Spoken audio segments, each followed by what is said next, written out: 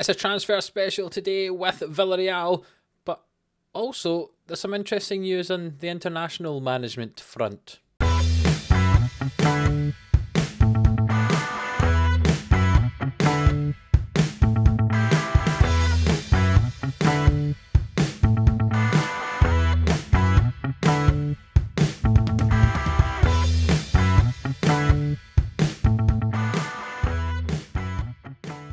Yes, hello, welcome into Livestreams Sports here for another episode of Glory Hunter with Villarreal. It is a transfer special today, so if you do enjoy it, please do leave a like on the video and subscribe to the channel if you haven't already. With the start of a new season here in Season 6. Season 6 already, I know, it's flowing in, this has, but Season 6 of Glory Hunter. So if you're new here, hit that subscribe button, you won't miss an episode from now on as we go through from Season 6. If you really want to go and watch all the previous 5 seasons, feel free, they're all on a lovely playlist to go and watch. I've organised that for your viewing pleasure. As I said, it's going to be a transfer special today. I've got lots and lots of ins and outs to talk. There's no games today, but you'll understand why. There's lots of transfers to talk about. However, I did also mention something had changed on the international front. And as you can see from the top left, we are now the manager of Brazil. Yep, that's right. We got sacked from Austria after the World Cup. They were apparently very disappointed with our performance, so they sacked us. And then Brazil sacked their manager, and Argentina sacked their manager, and Spain sacked their manager. And we applied for all those jobs, and Brazil and Argentina offered us those jobs, and we took the Brazil game. But as you can see, my next Brazil game is apparently not for 220 days. So we haven't managed them yet, but we'll let you know when we do. But it's something a little bit different to think about, because I would say Brazil will have a better chance of winning the World Cup than Austria did. But it's going to be 4 years' time. And if you look at the team that's currently there, Neymar, 34, he ain't going to be there. Casemiro, 34, he ain't going to be there. Marquinhos, Fabinho, 32, they might not be there. Goalkeepers probably will just about hang on to be there. Yeah, possibly not quite as good a team as it could be, but you never know what regions will come through the team by that stage as well. It could be interesting. I think, as I say, Brazil have got a better chance of winning the World Cup than Austria.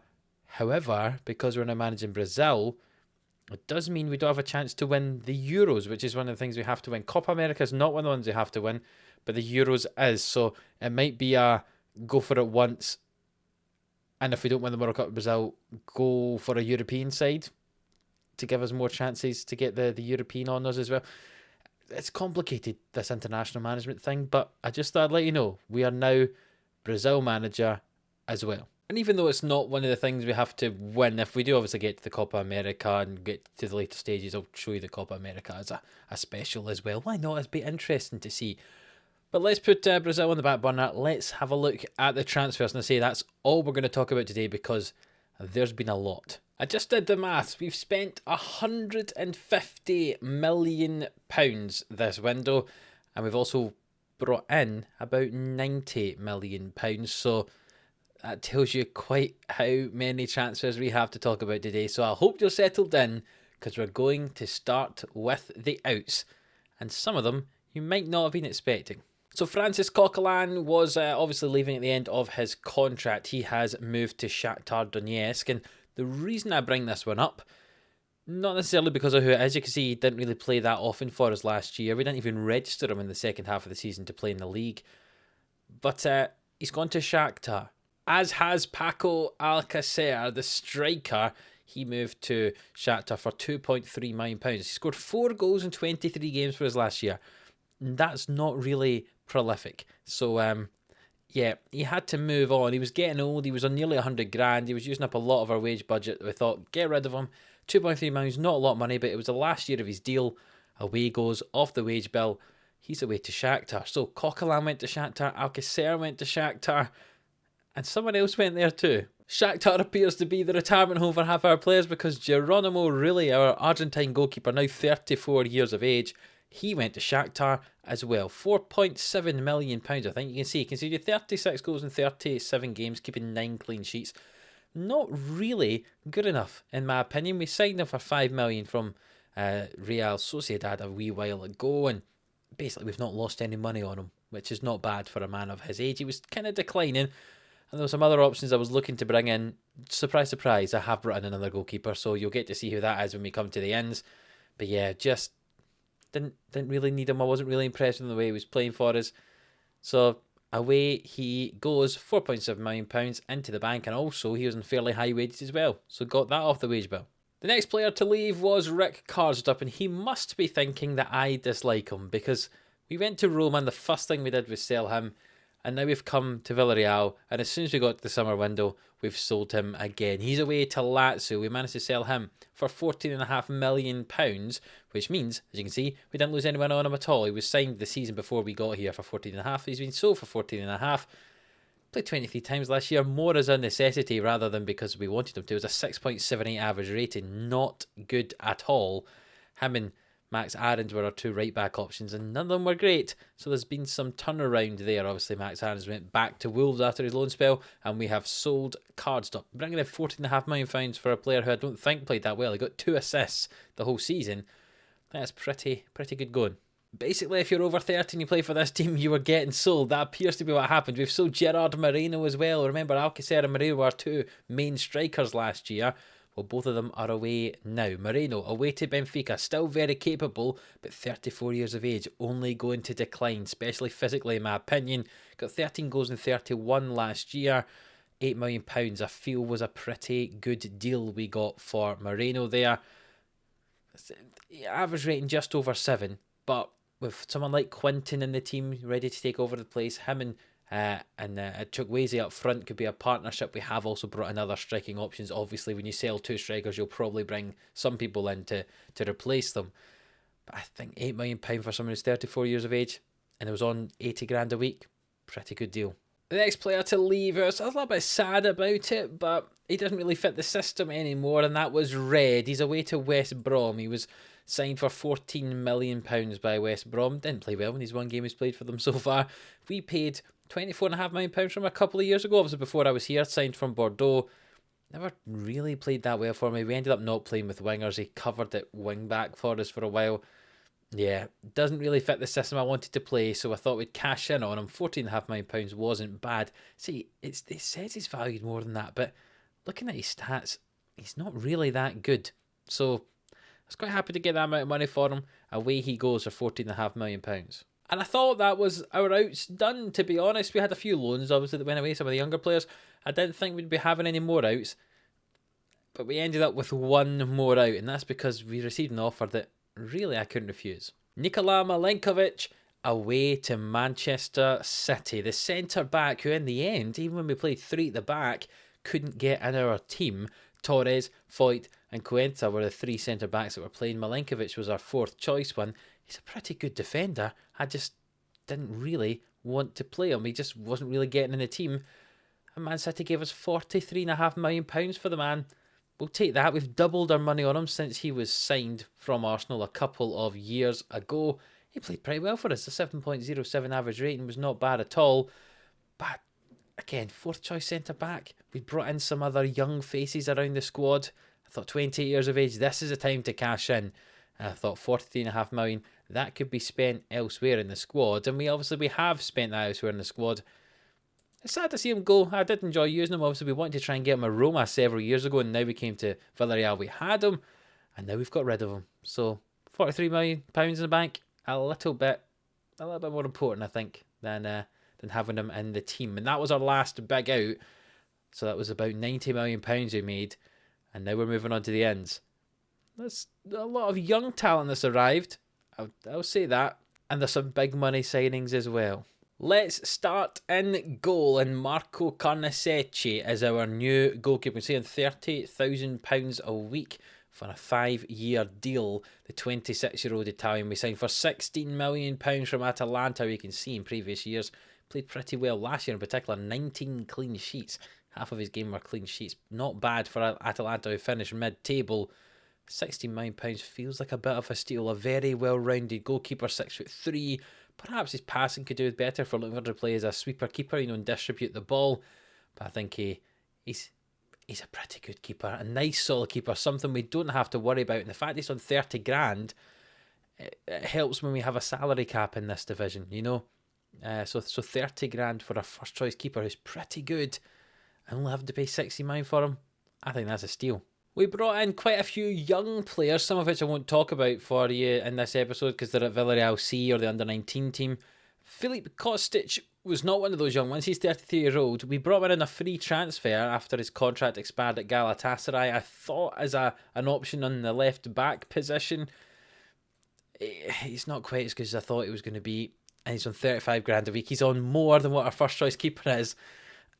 Since he's arrived, as you can see, he's on the loan list. I've been trying to get rid of him. I feel as if it was a bad sign. He's only here for a year though, so we'll probably not renew his contract, obviously. But yeah, probably a bad signing. One of the young players you might see is Darwin Lascina, the centre back. We signed him from Nacional in Uruguay for £3.6 million. You can see it says it was last year because of when he actually came. He came at the start of the transfer window. But £3.5 million. Don't think it's a bad sign. He's got very good physical traits there. His mentals aren't too bad. Very good bravery. You know, concentration's okay as well there. And look at the 4 defensive stats I like to look at. Heading is only 11. He's 6'2". That could hopefully improve. But marking's 15, positioning 12, which should hopefully improve. He's only 19 years of age and tackling 12 as well. So if we can get another couple on each of those, be a very solid defender indeed. Already capped by Uruguay, age 19. Not bad going. He'll be that kind of fourth choice centre back we were talking about. So if you make £43 million on Milinkovic, I know he's better than Lascina, or Lascina is his name. I might just call him Darwin. We'll see what happens. But when you think, you know, we've made £40 million and the downgrade's only from Milinkovic to Lascina, and he could you know, develop, I think it's probably worth it. Another young defender who we signed was Argentine Ezequiel Dimek. We signed him from, where did we sign him? From Independiente in Argentina. He played 36 games last year. Not a great average rating actually, but we paid £4.5 million for him. I think he's very, very solid. He's actually currently a right back option for us as opposed to a centre back option, but he can certainly play centre back if he has to. His crossing and dribbling could do with being a little bit better in his passing if he's going forward, because defensively, marking's good. His heading's not great because he's only 5'11", so I feel as if he'd be more suited to playing in that right back position. But marking's good, tackling's good, positioning's good. He's got good work rate. He's got nice physical stats as well for going up and down. He's got good bravery and good decision making. I think he's a solid centre back or right back option. Just improve some of those technicals, he could be outstanding, I think, on that right hand side for us, and he'll be one of those right back options we have. Yeah, so that's I was happy to get rid of Carsodup. We brought in him. I thought, yeah, this will be fine. Nice right back option. Solid, I think. You can see most of our sides, just for £3-4 million, something like that. We got a lot of players in for that sort of value. Another one there is Dam Foulon, left back, Belgian. An option there to cover on the left hand side. You know, if Zinchenko was playing in midfield or something, we only had Manu Sanchez last year. So Foulon, we signed him from Cagliari for £2 million. Because he played 40 games last year in Serie B. Goodness me, that's a lot of football. A nice average rating there. Came for £2 million. I think he's a very solid, well-rounded player. Nothing special, but a good squad player. As you can see his description, 24k a week's a lot for a squad player. He's had 11 caps for Belgium though, so he can't be too bad at all. But yeah, another couple of £1 million spent on him. You'll be wondering, where's all this big money gone? You'll see it soon. One of our perhaps more exciting signings is Milan Vitas. You can see we've given him the number 9 jersey, and that's because I think he could very easily develop into a very exciting centre forward for us. You can see he can also play in attacking midfield and also play in central midfield as well, so good versatility there. Maybe he's actually slightly better as a midfielder. He's finishing only being 11, but hopefully that can improve. The 19-year-old Serb, 2 goals and 7 appearances already for the full Serbian national team. We paid £5 million for him. He scored 16 in 20 games for Partizan Belgrade last year, nearly an 8 average rating. He could be pretty special. He scored 2 goals, in 3 starts in our friendly fixture so far this year. He's already valued at £50 million. We're only paying him 17 grand a week. He could be pretty exciting. That's why I was happy to let go of Alcacer and Moreno. Look at him. Give him a season. He could develop into something pretty special. Look at that. Good passing, good teamwork, good work rate. He could actually probably be better as a playmaker than a striker, but we're going to give him a chance up front with that number 9 shirt. We've added more depth into our centre-back position with Mattia Viti here. We signed him from Juventus. They bought him for £8 million from Sampdoria last year. Never used him at all, not in one game, and sold him to us for £7 million. So we'll see how we use him, if we use him at all. He's one of the backup options at centre-back. You can see nice head, nice marking, nice tackling and possession. He's 6'3", got good physical stats. Just what I'm looking for in a centre-back for us. Could perhaps do with being a little bit better for concentrations of decision-making. But another left-footed option to play there. Probably a backup to Cuenca, who normally plays on that left-hand side of our back three, or back five, the three centre-backs anyway, of that back three. A nice addition to the squad. I remember being a little bit light in centre-back position last year. We didn't really have... We had to have 4 or 5 real options there before we had to start rotating people around. So I'm glad we've got some depth. I'm going to mention a couple of young players now who you won't see this year because they're out on loan at other clubs after we've signed them. We signed Facundo Farias here from Manchester United for £13 million and then loaned him out to Werder Bremen. I know it's a lot of money to pay for someone to then not play him, but you can see he's a pretty well-rounded player. Hopefully he can develop when he's out at Werder Bremen, though. Looks pretty good. This didn't feel we were going to use him. There's a few options in that attacking midfield position. Velasco's still here on loan this season, as well as having Pacheco in there, and I felt if he was going to be third choice, he might not develop as much as I want. So send him out to Germany, Werder Bremen. Let's see how he gets on there. Nice physical stats, nice mentals. He got some good dribbling, good long shots, good technique, you know. Probably a bit of a playmaker in that advanced position. But yeah, that's one young man who's out on loan somewhere else. We also signed Maximilian Thielem in there, who's another centre-back, but can also play in midfield as well if we need him to. We signed him from RB Leipzig for £5 million and have loaned him out to Besiktas, where he's playing pretty well so far. Nice physicals, as I mentioned, good stamina in particular there. Looking at the defensive stats, his marking's 12, his tackling's 15. Heading's not great at 9 for someone who's 6'2", but he's got good position. His teamwork's good as well. 18 flares, maybe not something I would like as a defender, so maybe he'd be better as a midfielder, a holding midfielder, or something like that. But yeah, the young man there hopefully develops at Besiktas, comes back and improves our team next year. And we paid £7.5 million for Norberto Magnini, the Argentine. He's now away on loan at Olympiacos. You can see he is improving. Another man in that attacking midfield position. We signed him from Racing Club in Argentina for £7.5 million. He could come back as one hell of a player. Good physical stats there, agility, balance in particular. He's got good natural fitness. His decision making is good, which is good. He's got good work rate and vision. If he's passing just improved from 13 maybe up to 14, 15, something like that, he could be a dangerous playmaker in that advanced position. His finishing could do with improving at 7. If we'd like him to score some goals, that would be good if he could improve that. He's 6 foot, so he's a wee bit of height for someone up there as well. But yeah, it could be very, very exciting. As I said, lots of young players we've signed, but a lot of them you won't get to see. I realise in this transfer window I've bought young players in an attempt to see if we can develop this team. I think I've accepted that Villarreal are not going to win the La Liga this season or next maybe, but maybe in 2 or 3 years' time it might be a bit more of a project here, similar to the way it was at Roma, you know, but maybe it'll take a few more years here, and hopefully by that time I'll have built up my reputation as a manager, and then we can move on to the big teams in the other countries that we need to go to and quickly win, you know, the German league and the French league. Maybe.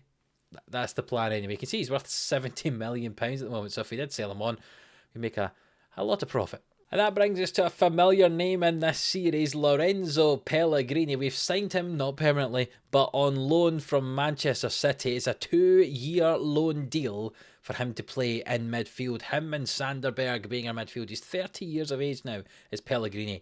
But remember, we had him at Roma for so long, played really well for us. Then Risi kind of pushed Lorenzo Pellegrini out of his position in the team. So Man City bought him for £47 million. He's played a lot for Manchester City since he's went there, mainly as a substitute, to be fair. But we've happily got him on loan. It's not costing us a penny. I think we're just paying his contract. Indeed we are, for 2 years, which is £100,000 a week. But he's a well-rounded player. He's decent. He'll be playing that deep-line playmaker role. I'm glad to have him back. I hope you're all excited to have him back too. I think he's probably going to go down as a legend in this series. He's now been with us at 2 different clubs. Another young player we have sent back out on loan was this Russian man. Read his name yourself. He's out on loan at Lokomotiv Moscow. That's because we bought him from there. We sent him straight back out on loan to Lokomotiv Moscow. £13 million. It was a right back option. In the end, I found out I had enough right back options on my team. I was looking at several of them, and I sent him back out on loan at his club to develop. You can see he's got good physical stats there. Bravery's good, determination's good, work rate's good. His crossing's not too bad as well. Perhaps defensive stats can improve. Marking is 8, not so great for a defender. Tackling 8. Positioning 11, heading's only 8. Defensively not great. He might be better as a right winger than he would be as a right back. But he looks pretty exciting. 30 million I say we paid for him. Worth a lot more. See how he develops out back on loan. And the reason I was happy for him to go back out on loan is I feel as if I have enough depth in the right back position, because Foyt can obviously play there. We have Dimek, who is the young Argentine who can play there. And we've also brought in Mateo Morey here, the Spaniard, 26 years of age. Plays all the way up that right-hand side. You can see pretty well-rounded stats there. Marking 12, tackling 12, positioning 13. Heading's only 7, but he's 5'8", so that's expected. You can see he's got good physical stats to get up and down, apart from his jumping. Basically, he's a fast man that plays out there in the right-back position. He can get the ball swung in, look, dribbling and crossing, both being 14. He can get up the field and offer us some assists. We signed him for £25 million from Braga. Yes, sounds like a lot of money, but I think he's a pretty decent player, and I'm looking forward to using him. Him and Dimek will rotate in that right-back position for us. Morey probably will be the starter, but Dimek will be pushing him all the way and possibly will overtake him because he's just really well-rounded, and I just think going forward he's a little bit better than Dimek. And that leaves us to our last signing, and it's Sebastiano Esposito, another striking option. We've now got 4 strikers in the team. We have Chukwueze, we have Quinton, we have Vitas, and we have Esposito. They are our 4 strikers. We've signed him from Lazio for £36 million. You can see in previous years, he's got 11 goals, 11, 10, 11, and then 3 and 14 last year for Lazio. Pretty decent striker, good physical stats. His technicals aren't too bad either. First touch being 16, technique being 16, good finishing, good dribbling. He can also play out in the wing, remember, but mainly, obviously, we don't use wingers, so he'll be used as a striker. And yet, he's been pretty good. 4 starts in the friendlies, scored 3 goals for us. I think he could be pretty outstanding. And between our 4 strikers, I'm pretty confident we will score enough goals. We'll certainly score enough to compensate for the loss of Moreno and Alcacer, who are the 2 main losses that we've had in our team. Looking forward to using him, and the squad as a whole is looking very, very exciting. So if the team was fully fit and everyone was available, I think this is what our team is currently going to look like. Carsodup obviously in goal, no doubts about that. The back 3 is Torres, Cuenca and Foyt, the same as last year. I feel as if it was a very solid end to the season as defensively, and I see no reason to change that. I can't remember if it was the end of the year we did this or if I've done this in the off-season, but we've dropped the wing-backs down to a full-back position. They seem to be playing better in that position, so we're going to keep it as that. Full-backs on automatic. Morey on the right and Zinchenko on the left. If we make changes to that, we might throughout the season, who knows, but that's what we're going to start with. Berg as that box-to-box in there alongside Pellegrini playing as our deep-lying playmaker. Exciting to see how they pair together. Pacheco keeps his place up there with Chukwueze in the dance forward position, and Vitas I've got starting on the other side at the moment, but you've got Quinton and Esposito on the bench who could easily cover for that. Alan Velasco still here on loan from Man United as cover of the attacking midfield positions. Suarez and Morlanes as options to cover in midfield, and Sanchez and Dimek options at the back on the bench as well. Chukwueze does have bids on him. He's wanted. He put in a transfer request, and basically I said to him, you have a minimum fee release of 108 million. If someone is going to offer you that amount of money, or that amount of money for you, you can go. No one's done that. They're offering about £50 million, which in my opinion is not enough. If they offer 70, maybe closer. But if we did sell Chukwueze, we would want to replace him with a pretty decent striker, because remember last year he scored us a lot of goals, 17 and 34 in the league, which is no mean feat. He was definitely one of our best players, so we're going to keep him unless someone offers us a lot of money. Looking at the schedule, you can see we play Real Madrid opening day of the season. It'd be great to have brought you that, but this episode's just far too long already. And you can also see we have our Europa League, or our Europa Conference League qualifying round against Red Star Belgrade, which is happening as well. And if you're the keen-eyed amongst you, will see the second leg of that is followed by a game against Barcelona just at the end of August, just at the end of the transfer window. And I think that would be a pretty good episode to be the first one of this season. We'll have played a few games before, get everything all ironed out, and then play that game against Red Star. Hopefully we'll qualify and we'll see who we get in the group stage of the Conference League, and then play against Barcelona in the league. I hope you like that idea, because I certainly do. So I know it might have been a bit of a longer one, maybe a bit of a boring one if you were wanting here to be here to see games, but I apologise. We're just going to introduce you to the new squad.